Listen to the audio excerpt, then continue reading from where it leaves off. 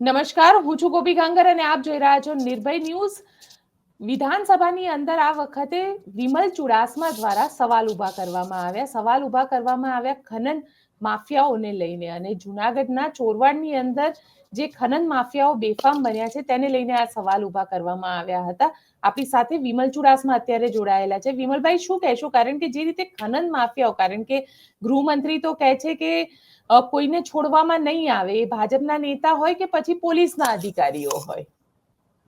નમસ્કાર ગોપીજી, ત્યાં જુનાગઢ જિલ્લાનું ચોરવાડ શહેર આવેલું છે અને ત્યાં બિલ્ડિંગ લાઇમસ્ટોન, જે આપણે મકાન બનાવવા માટે જે બેલા કહેવાય ને દેશી ભાષામાં જે યુઝ કરતા હોય, એ બિલ્ડિંગ લાઇમસ્ટોન છે અને એ 7/12ની નકલ ઉપર, જે ખેતીની જમીન હોય એ 7/12ની નકલ ઉપર એ બિલ્ડિંગ લાઇમસ્ટોન કાઢી લેવામાં આવ્યો છે અને ત્યાંના ખનિજ માફિયાઓ છે, બે વ્યક્તિ છે, પ્રવીણ રાઠોડ ઉર્ફે કેસરી અને લલિત રાઠોડ। આ બે ખનિજ માફિયાઓએ લગભગ એ માપણી કરવામાં આવે તો 200 થી 300 કરોડનું ખનિજ ચોરી કરેલી છે। હવે આ ખનિજ ચોરી એટલી કરેલી છે કે એ એટલા બે માળ સમાઈ જાય, આટલા મોટા મોટા ખાડાઓ છે ત્યાં।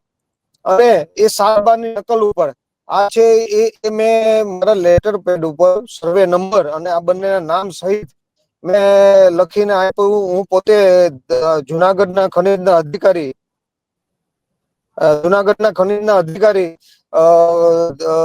એમને જાણ કરી, જુનાગઢના કલેક્ટરના અધિકારી, જુનાગઢના ખનીજના અધિકારી એમને જાણ કરી। એના પછી કમિશનરને હું રૂબરૂ મળવા ગયો, ધવલ પટેલને, એમને જાણ કરી। ત્યાંના એમના 7/12 અને લોકેશન આપ્યા અને એ પછી હું જે સચિવ શ્રી છે મમતા વર્મા, હું એમને પણ રૂબરૂ મળ્યો। એમને પણ એ નામ સહિત 7/12 સર્વે નંબર આપ્યા અને લોકેશન આપ્યું। એના પછી મેં મુખ્યમંત્રીશ્રીને પત્ર લખ્યું, મુખ્યમંત્રીશ્રીને હું રૂબરૂ મળ્યો અને એમને જાણ કરી। ત્યારે એમને બંધ કરાયું, પણ આજ દી સુધી એક પણ અધિકારી, પૂરા ગુજરાતમાંથી ખનીજનો અધિકારી એક પણ એ જગ્યા ઉપર હજી ચેકિંગ કરવા માટે નથી આવેલો। તમે કહી આજ રહ્યા દી છો તો સુધી જી આપ આપની વાત પૂરી કરો। ખનીજનો એક પણ અધિકારી આખા ગુજરાતમાંથી ત્યાં આજ દિન સુધી ચેકિંગ કરવા માટે નથી આવ્યા। કાલે હું 2 મિનિટ જે ખનીજ વિશે બોલ્યો એ તમામ માહિતી મેં ફ્લોર ઉપર આપેલી, જે વિધાનસભાના ફ્લોર ઉપર તમામ માહિતી આપેલી, તો ત્યાં મંત્રીશ્રીએ ઉડાવ જવાબ આપ્યો કે આવું કઈ છે નહીં। એટલે મેં આજે મેં ફ્લોર ઉપર પોઈન્ટ ઓફ ઓર્ડર માટે થઈને ઉભો થયો, તો મને અધ્યક્ષશ્રીએ કીધું કે તમે બેસી જાઓ, ધવલભાઈ બોલે છે। એટલે હું બેસી ગયો, પછી ધવલભાઈને બોલી લીધું, પછી હું પાછો ઉભો થયો।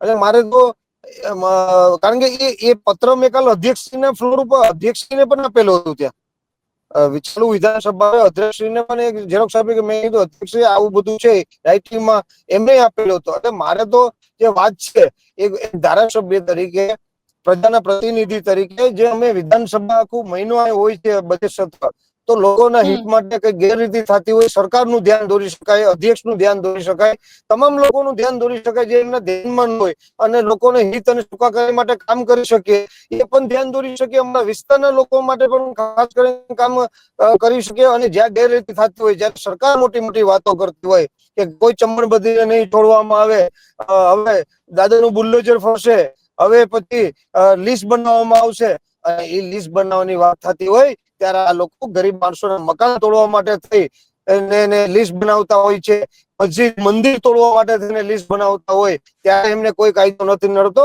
આજે 10-10 દિવસથી હું રૂબરૂ રજૂઆતો કરું છું માટે થઈને લોકોના વિધાનસભા પૂરો મહિનો વિધાનસભાનું બજેટ સત્ર ચાલતું હોય ત્યારે લોકોના સુખાકારી માટે ધ્યાન દોરતા હોય, લોકોના હિત વિસ્તારના કામ માટે રોડ રસ્તા, લાઈટ, પાણી અને સમગ્ર વિસ્તારના લોકોને વધારે વધુ સુવિધા મળે એના માટે વાત કરતા હોય, એ પણ જયારે વાત કરતા હોય કે અહીંયા જ્યાં ગેરરીતિ થતી હોય, લોકોને નુકસાન થતું હોય।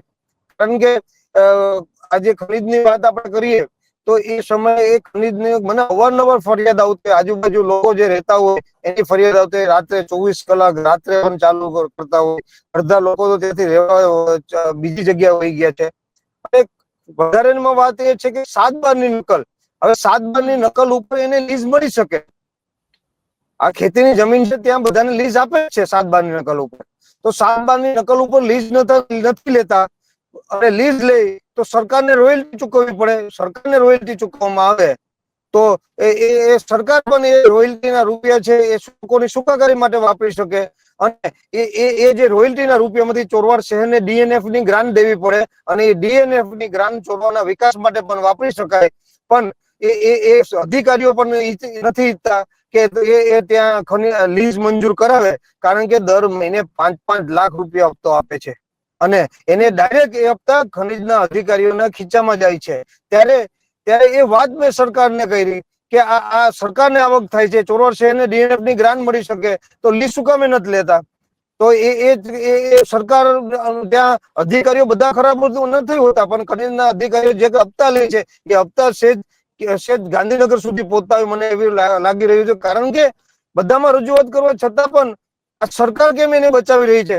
સરકાર આ ખનીજ માફિયાઓને બચાવી રહી છે. ચોરવાડ શહેરના જે ખનીજ માફિયા બે નામ આપ્યા છે એને બચાવી રહી છે. શું કામે બચાવી રહી છે? તો એવું લાગે છે, મને તો એવું લાગે છે કે આ હપ્તા કમલમ સુધી પણ પહોંચતા હોય છે. પણ વિમલભાઈ, સવાલ એ છે, આજે જયારે વિધાનસભામાં તમે સવાલ ઉભો કર્યો તો તમને ત્યાંથી કાઢી દેવામાં આવ્યા, કારણ કે તમારું વલણ ઘણું આકરું હતું. ના, વલણમાં મારું વલણ એ જ હતું. મારું વલણ કોઈ પણ મારી જગ્યાએ તમે પણ એક ધારાસભ્ય તરીકે એક ધારાસભ્ય 10-10 મહિના 10-10 દિવસથી એક બધાની ઓફિસે બધાને સંપૂર્ણ રજૂઆત કરીએ અને પૂરા ગુજરાતમાં ખનીજનો એક નાનો અધિકારીઓને ચેક કરવાનો જતો. માપણી તો પછીની વાત છે અને 200 થી 300 કરોડ રૂપિયાનું તે માપણી થાય એટલે ખનીજનો દંડ આવે એમ છે. તો આજે કોઈ પણ માણસ છે, તો આજે કોઈ વિસ્તારના આટલા લોકો પ્રતિનિધિ તરીકે વોટ આપીને ચૂંટાઈને મોકલ્યા હોય તો એ પ્રતિનિધિ તરીકે માણસને એવું તો થાય કે હું આજે આટલી મોટી ખનીજ માફિયા થાય છે, ફ્લોર ઉપર તો મોટી મોટી વાતો સરકારના મંત્રીઓ કરતા હોય કે કોઈ ચંબનબંધીને છોડવામાં નહીં આવે, લિસ્ટ બનાવવામાં આવે. તો હું કહું છે તમારી તાકાત હોય તો આ લિસ્ટ બનાવો. લિસ્ટ બનાવી અને આ બે માફિયાના નામ દીધા છે, એ સર્વે નંબર આપ્યા છે, એના ખાડામાં આપવામાં આવે. સરકારે એવું હોય તો મેં તો એમ ફ્લોર ઉપર કીધું તમે તમારા મંત્રીને મોકલો, કોઈ અધિકારી મોકલો, હું તમારે યાદ આવવા માટે તૈયાર છે. એવું બધું એમને હોય તો પણ ખાડા માપવાની વાત કરવાના બદલે આ ખનીજ માફિયાઓને બચાવી રહી છે સરકાર અને વાત બીજી કોઈ દોરી રહી છે. આ વાત મારા અહીંયાથી સરકારને કહેવા માંગતો હતો, અધ્યક્ષના ફ્લોર ઉપર મૂકી. મારી વાત એ હતી, મારી વાત એ દુઃખ હતું. એક ધારાસભ્ય તરીકે 10-10 દિવસથી વાત કરવા છતાં પણ એક નાનો અધિકારી નથી જતો, તો એનું કારણ શું છે હું સમજવા માંગતો હતો. અને એના માટે પણ એવું હોત તો સરકાર મોટું મન રાખી ને હાચવાર ફ્લોર ઉપર આવે, સમગ્ર ગુજરાત સાંભળે તો મને બોલવા દેવો તો કેવું તું સરકારને દરખાસ્ત મૂકવી જોઈએ. સરકાર કહી શકતું હતું કે ભાઈ તમે એમને બોલવા દો 2-5 મિનિટ. અને એનો જવાબ દેવાનો હતો કે સરકારે પણ કહી શકતી હતી કે અમને 24 કલાકનો ટાઈમ આપો. ગરીબ માણસોના બુલ્ડોઝર, ગરીબ માણસનું ઘર, મંદિર, મસ્જિદ તોડવા માટે તો રાતના હુકમ કરે ને સવારે 4 વાગે તૂટી જાય. તો આમાં તો એને કલાકોનો સમય જોતો હતો. આખા ગુજરાતનું ખનીજ તંત્ર છે એ ક્યાં કયા કામે લગાવ્યો છે? હપ્તા લેવા માટે મૂકી દીધું છે કે શું કાર્ય માટે સરકારે મૂકી દીધું છે? તમે કહી રહ્યા છો કે જે તંત્ર છે એ તંત્ર કેમ કાર્યવાહી નથી કરી રહ્યું? આ જે ખનીજ માફિયાઓ છે, આ ખનીજ માફિયાઓ છે કોણ ત્યાંના? એ લોકો કોઈ પોલિટિકલ કનેક્શન વાળા છે? કદાચ અત્યારે અહીંની સરકારમાં જે પણ ખનીજ માફિયા હોય કે કોઈ પણ ગુંડા હોય કે કોઈ પણ હોય, ભાજપનો પટ્ટો પહેરી લે એટલે પવિત્ર થઈ જાય છે અને ભાજપનો પટ્ટો ન પહેર્યો હોય એ ગુનેગાર થઈ જાય છે. એ તો તમે જોવ છો, તમારા બધાના મીડિયામાં આવે છે. કદાચ એવું પણ હોઈ શકે કે ભારતીય જનતા પાર્ટીનો કાર્યકર હોઈ શકે, એની હિસાબે છાવરતી હોય અથવા ગાંધીનગર સુધી પહોંચતા હોય. તમે કહી રહ્યા છો કે ગાંધીનગર સુધી હપ્તા પહોંચતા હોય, પણ અહીંયા સવાલ એ આવી રહ્યો છે કે તમે વિધાનસભાના ફ્લોર ઉપર રજૂઆત કરી અને તમારું પોતાનું મત ક્ષેત્ર છે ગીર સોમનાથ. સોમનાથની અંદર રાતોરાત બુલડોઝર ચલાવી દેવામાં આવ્યું. જો ખરેખર સરકાર ઈચ્છે તો આ બધું એક જ રાતમાં રોકાઈ શકે એમ છે? જે ગીર સોમનાથનો જે પ્રશ્ન આવે એ ત્યાંના કલેક્ટર દિગ્વિજયજી જાડેજા એ પોતે પોતાના સ્વાર્થ માટે થઈને કરે છે. જ્યાં જ્યાંથી એમને હપ્તા નથી મળતા એ ત્યાં બુલડોઝર ચલાવે છે.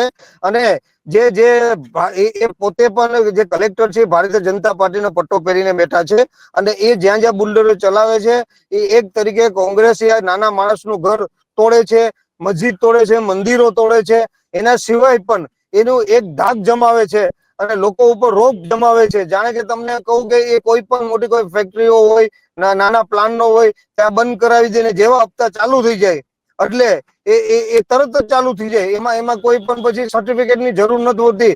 એટલે અમારા ગીર સોમનાથના કલેક્ટર દિગ્વિજય જાડેજા તો એ પોતા ક્યાંય ક્યાંયથી લોકોમાં રોપ જમાવી અને પોતાના હપ્તા માટે થઈને આ કરે છે.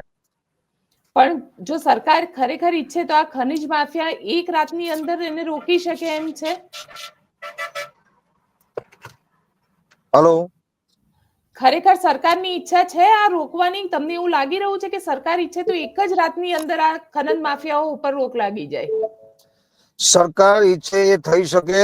સરકાર ઈચ્છે તો એક દિવસની પણ 1 કલાકમાં પણ થઈ શકે. પણ સરકાર શું કામે નથી ઈચ્છી રહી, શું કામે સરકાર નથી કરી, એ હું ત્યાં વિધાનસભાના ફ્લોર ઉપર એ સમજવા માંગતો હતો કે સરકાર શું કામે નથી, શું તકલીફ છે?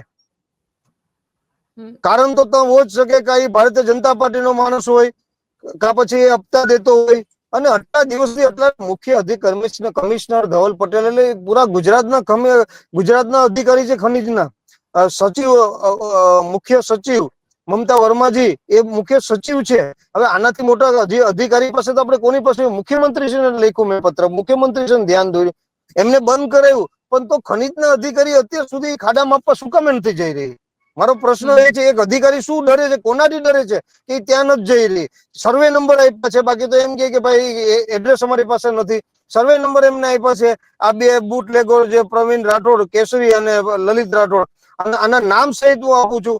સર્વે નંબર આપ્યા છે, લોકેશન આપ્યું છે. તો હવે શેની રાહ જોઈ રહી છે? હું એ પૂછવા માંગુ છું.